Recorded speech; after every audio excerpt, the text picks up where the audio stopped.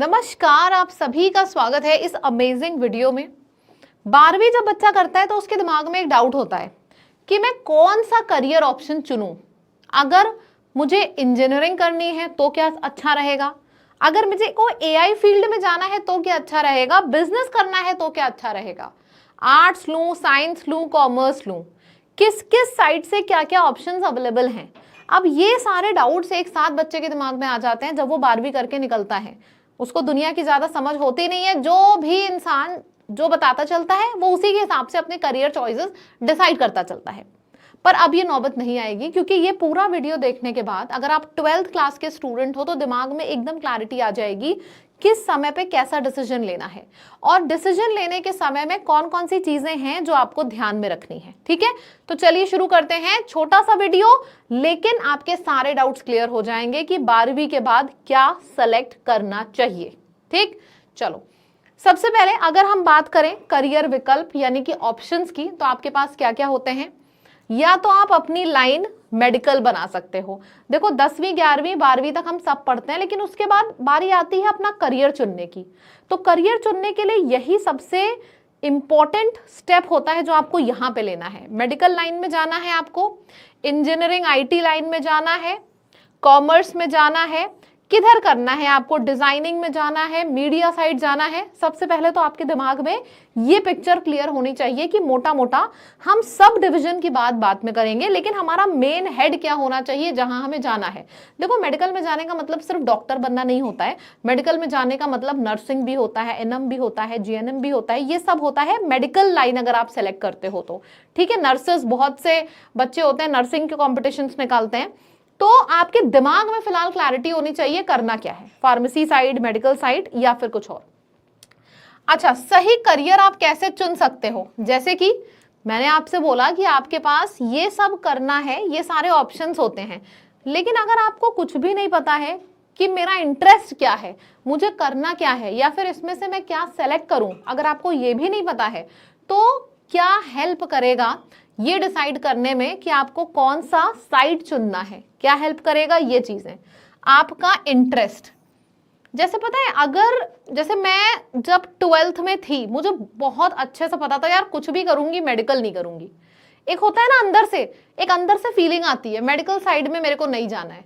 तो आपको किस चीज में इंटरेस्ट आता है। मुझे तो शुरू से पता था आई लव एक्सप्लेनिंग। मैं अपने कॉलेज में भी ना I was a very good explainer. तो मुझे ये पता था ये मेरी स्किल है। हर इंसान को उसकी स्किल पता होती है। किसी को पता होता है यार उसे कुकिंग करनी है, तो उसे कहीं ना कहीं पता होता है यार दुनिया भले अगेंस्ट चले जाए मैं तो शेफ बन के दिखाऊंगा, मुझे तो होटल मैनेजमेंट करना है। तो सबसे पहले आपका इंटरेस्ट क्या है और आपकी स्किल क्या है।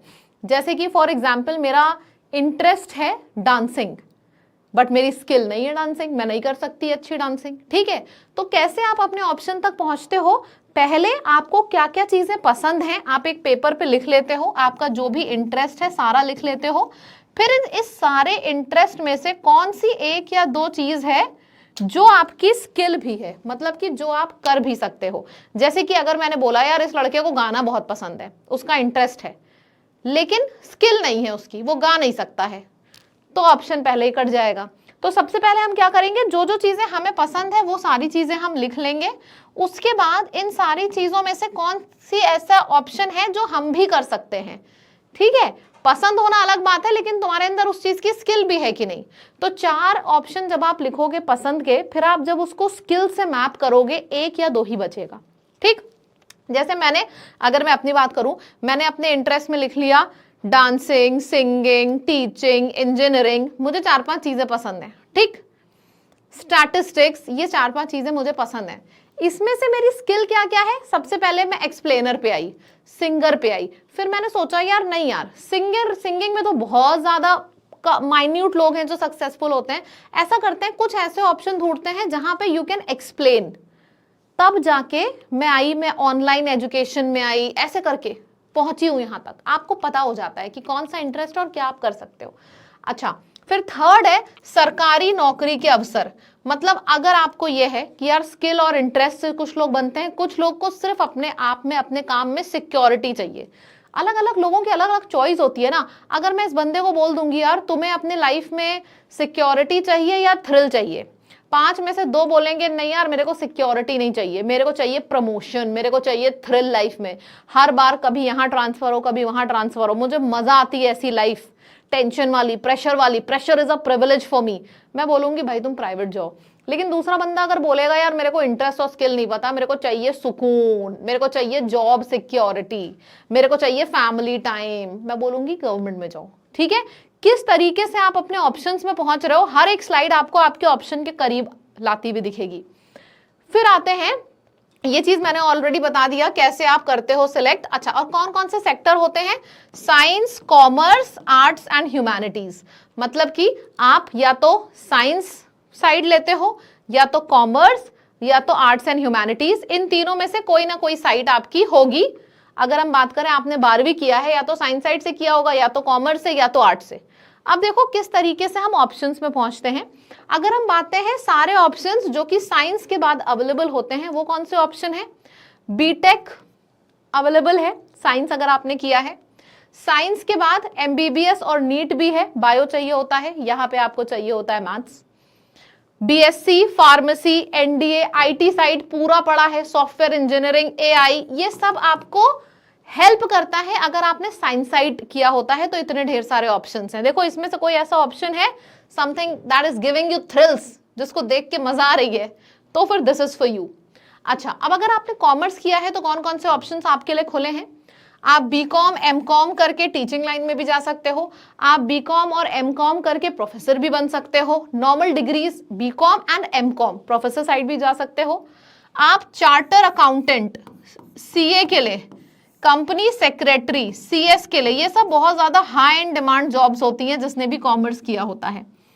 BBA, MBA, banking, finance, business, startups, ये सब आप कर सकते हो। स्टार्टअप तो यार देखो कोई भी कर सकता है, चाहे साइंस साइड से हो चाहे आर्ट साइड से हो, इसका कोई मतलब नहीं होता है कि आप अगर साइंस से हो तभी स्टार्टअप कर पाओगे या कॉमर्स से हो तभी कर पाओगे। आप अगर स्टार्टअप अपना डालना चाहते हो, साइंस कॉमर्स छोड़ो, अगर पढ़ाई नहीं भी करी है ना और कुछ इनोवेशन करना चाहते हो, इसको बोलते हैं prodigy child, born with intelligence, उसको किसी साइड की जरूरत नहीं होती है। उसके पास कोई आइडिया आया, जैसे मैं पढ़ रही थी एआई की एक न्यूज़ थी, बैंगलोर का एक बच्चा है, आपने भी पढ़ा होगा उसके बारे में, उसने एक ऐसा इंस्ट्रूमेंट बनाया है, उसको आप अपने हाथ में या फिर हार्ट पे पहने रहो और वो पूरा का पूरा आपका बॉडी रेट गवर्न कर देता है, हार्ट की बीट क्या चल रही है, आपके हार्ट रेट सब सही चल रहा है कि नहीं।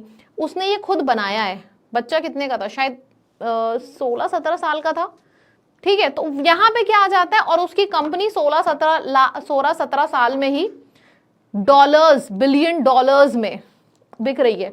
आप समझो ना, तो ये तो एक एक्स्ट्रा चीज हो गई है ना, इसको तो हम बीच में ला ही नहीं रहे कि अगर कुछ इंटरेस्ट है तो उसके लिए किसी साइड की जरूरत नहीं होती। लेकिन अगर आप, मैं नॉर्मल एडवाइस की बात करूं कि आपने साइंस, आपके करियर ऑप्शंस क्या क्या खुले हैं, साइंस में ये सारे हैं, कॉमर्स में ये सारे हैं, आर्ट्स एंड ह्यूमैनिटीज जो करते हैं ना वो ज्यादातर बीए एमबीए करते हैं, या फिर जिनको पीसीएस की यूपीएससी की तैयारी करनी है, बीएड साइड जाना है, मीडिया लाइन, एलएलबी लाइन, ये सारे लोग ज्यादातर, अगर आपका इंटरेस्ट ये है कि यार मेरे को लॉ में जाना है तो इतनी मेहनत करने की जरूरत नहीं है साइंस में, सीधे बीए डालो और लॉ एलएलबी के साइड भी आप जा सकते हो। ठीक है, ओके। अच्छा, अब बारी आती है 12वीं के बाद सरकारी नौकरी क्यों। जैसे ये सारे तो मैंने आपको ऑप्शंस बता दिए कि आप किस तरफ प्रॉपर पढ़ाई शुरू कर सकते हो, लेकिन सरकारी नौकरी यानी कि अगर किसी को गवर्नमेंट जॉब में जाना है तो बहुत सी ऐसी गवर्नमेंट जॉब हैं जो सिर्फ 12th पास मांगती हैं। मतलब कि अगर आपके पास ग्रेजुएशन नहीं भी है तो भी आप इन एग्जाम्स में भर सकते हो, और वो भी सेंट्रल की, एसएससी की सीएचएसएल, एसएससी का स्टेनो, ये सब एग्जाम आप भर सकते हो अगर आपके पास सिर्फ 12th है। क्योंकि मैंने देखा है बहुत से लोगों को क्लैरिटी बचपन से ही होती है, यार मेरे को ना ज्यादा भागम भाग लाइफ नहीं चाहिए, सॉर्टेड चाहिए, मेरे को ना पूरी पहले काम करूं, काम करने के बाद मेरे को पेंशन भी मिले, मैं जल्दी ही आर्थिक रूप से स्वतंत्र होना चाहता हूं, इंडिपेंडेंट होना चाहता हूं, गो फॉर गवर्नमेंट जॉब। मेरे को बहुत ज्यादा अप्स एंड डाउन्स नहीं चाहिए, कांस्टेंट एकदम स्थिर सुरक्षित लाइफ चाहिए, गो फॉर सरकारी नौकरी, प्रमोशन के अवसर, पेंशन के लाभ, ये सब चाहिए। 12th के बाद डायरेक्टली सरकारी नौकरी पे अप्लाई कर दो, जरूरी नहीं है कि हर किसी को BA LLB BSc करके ही जॉब मिलती है, ठीक है, आपके इंटरेस्ट के ऊपर है। मैंने इस वीडियो में 12वीं के बाद सब कुछ बताया है, प्राइवेट, मेडिकल, इंजीनियरिंग, एवरीथिंग, ठीक, एंड सरकारी भी बता रही हूं, क्योंकि अगर आपको तैयारी करनी है और कुछ समझ में भी नहीं आ रहा है तो मैं आपको एक और चीज बताऊं, अगर सरकारी नौकरी के साइड आपका रुझाव है 12th करने के बाद, इस चैनल को सब्सक्राइब कर लो। यहां पे जैसे ही नोटिफिकेशन आती है हम सबसे पहले आके बताते हैं नोटिफिकेशन, जैसे ही एग्जाम की तैयारी शुरू करनी है, पैटर्न चेंज हुआ है तो नए पैटर्न से कैसे तैयारी करनी है कि एक बार में एग्जाम टारगेट कर पाओ, ये सारी चीजें हम यहाँ पे चैनल पे डिस्कस करते हैं।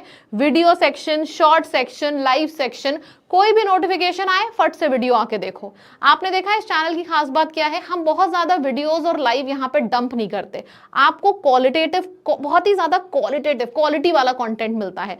तो चैनल को तुरंत सब्सक्राइब करो अगर गवर्नमेंट साइड रुझान है तो, क्योंकि अगर मैं बात करूं 12वीं के बाद गवर्नमेंट में क्या क्या ऑप्शंस होते हैं, रेलवे में ऑप्शन गवर्नमेंट देता है जॉब का, जिसमें आपकी क्वालिफिकेशन 12वीं मांगी गई है। SSC सेंट्रल की जॉब चाहिए वो भी मिलती है, डिफेंस जॉब मिलती है, स्टेट जॉब मिलती है।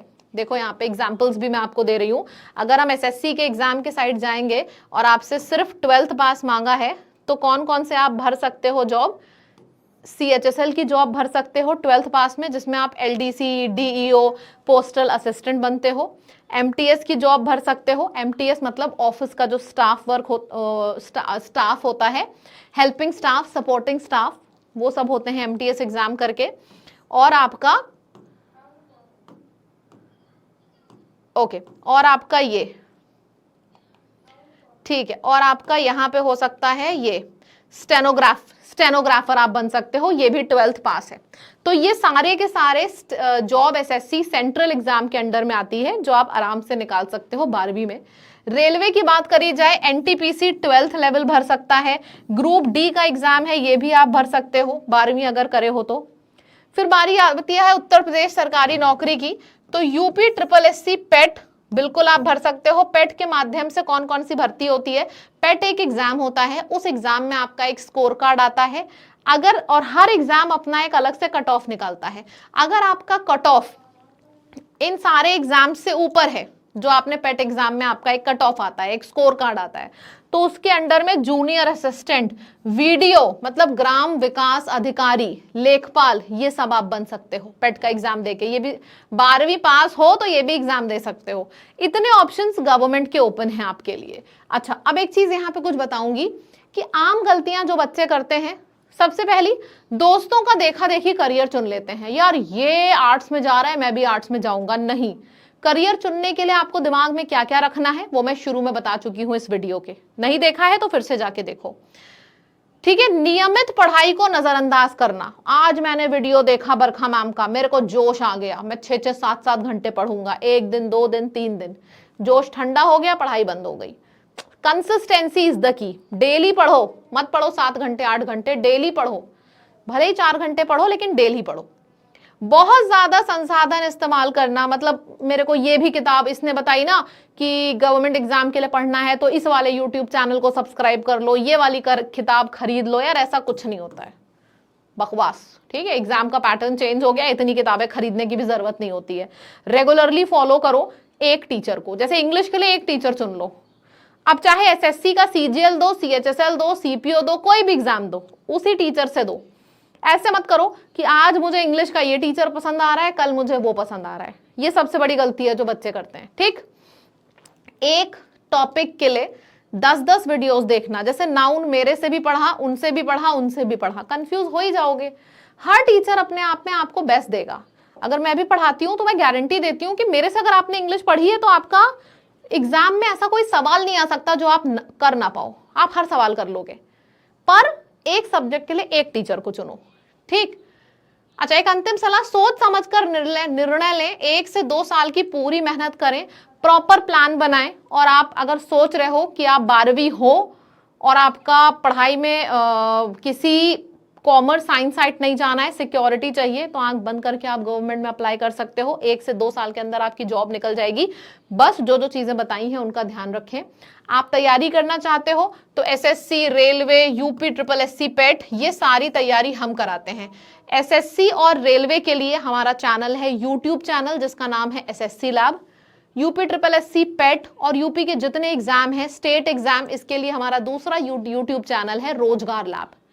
ठीक है, इन दोनों को आप फॉलो कर लो, आपको कहीं और जाने की जरूरत नहीं पड़ेगी, चाहे सेंट्रल हो चाहे स्टेट हो, दोनों तैयारियां आपको फ्री में कराई जाएंगी। रेगुलर क्लासेस सब कुछ मिलेगा, बस आपको चैनल को सब्सक्राइब करना है, वो आप जरूर कर लें इस वीडियो को देख के। बहुत अच्छी इंफॉर्मेशन है जो यहाँ पे आपको मिली है। इस वीडियो को शेयर कर दें, जब आप इस वीडियो को शेयर करोगे लोगों तक पहुंचेगा और ज्यादा से ज्यादा लोग जुड़ेंगे इसमें। बहुत ही ज्यादा नियमित रूप से तैयारी करो, सब कुछ निकाल सकते हो एग्जाम।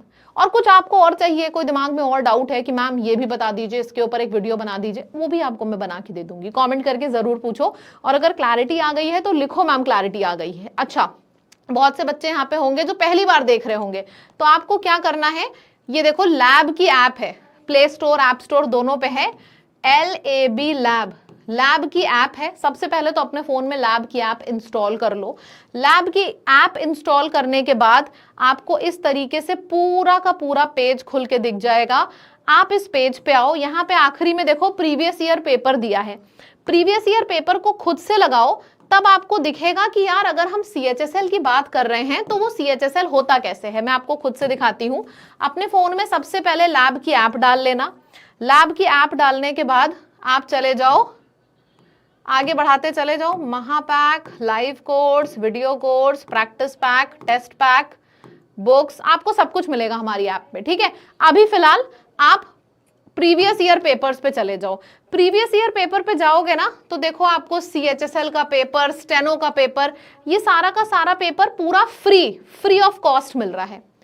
तो सबसे पहले मैं ये नहीं कहती हूँ कि यार आप तुरंत कोर्स खरीद लो, बिल्कुल नहीं। पहले तो प्रीवियस ईयर लगा के देखो कि हाँ यार ये तो मैं कर सकता हूँ, ऐसी फीलिंग आएगी आपके अंदर। ठीक है, तो आप जिस भी एग्जाम की तैयारी कर रहे हो, previous year free of cost हमारी ऐप पर है। आपको क्या करना है, बस ऐप में लॉगिन करना है और जो भी कोर्स आपको चाहिए फ्री है, ये सारा CHSL चाहिए, यहाँ पे ऐड टू माई कोर्स कर लेना, आपके फ्री कोर्स में ऐड हो जाएगा। आराम से दो और लगाओ, एक नहीं दो नहीं, सारे 2022, 23, 24 सारे के सारे पेपर फ्री हैं। लगाओ, देखो, आपको खुद फील आएगा हाँ यार मैं इसके लायक हूं, मैं ये कर सकता हूं। 12वीं करा हुआ बच्चा भी गवर्नमेंट जॉब पा सकता है। एक बार गवर्नमेंट जॉब मिल जाए उसके बाद आगे की तैयारी आप करते रहो।